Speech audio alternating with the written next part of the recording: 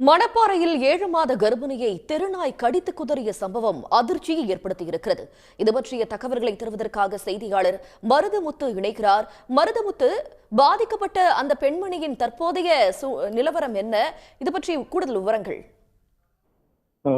வணக்கம். திருச்சி மாவட்டம் மணப்பாறை பகுதியில் கடந்த சில மாதங்களாக தெருநாய்க்களின் தொல்லை மிகவும் அதிகமாக உள்ளது.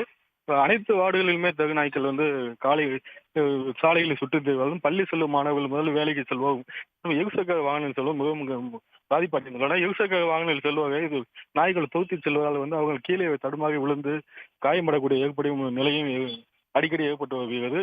இந்த நிலையில் இன்று காலை லட்சுமிபுரம் என்ற பகுதியில் 7 மாத கர்ப்பிணி பெண் சங்கவி என்பவர் நடந்து செல்லும் போது தெருநாய்கள் கடித்து துரத்தி கடித்துள்ளது. இந்த 7 மாத கர்ப்பிணியாக அங்கிருந்து ஓட முடியாமல் தவித்த நிலையில் இந்த பெண் காலில் நாயில் கடித்துள்ளது. அது தடுக்க முடியாமல் அவருக்கு சிரமப்பட்டுள்ளார். அப்போது கூச்சலிடவே அக்கம் பக்கத்தில் இருந்த ஓடி அந்த பெண்ணை காப்பாற்றி நாயை துரத்தியுள்ளனர். பின்னர் அந்த பெண் தனியாக ஆட்டோவில் மணப்பாறை மருத்துவமனைக்கு அனுப்பி வைக்கப்பட்டு தற்போது அரசு மருத்துவமனை உள்நோயாளியாக சங்கவி சேர்க்கப்பட்டு சிகிச்சை பெற்று வருகின்றார். நகராட்சி பகுதியில் உள்ள நாய்களை கட்டுப்படுத்த வேண்டும் என்று கடந்த சில மாதங்களாகவே பொதுமக்கள் கோரிக்கை விடுத்து வந்த நிலையில் தற்போது கற்பிணியை நாய்கள் கடித்து உதவிய சம்பவம் மணப்பாறை பகுதியில் பாதுகாப்பை ஏற்படுத்தியுள்ளது.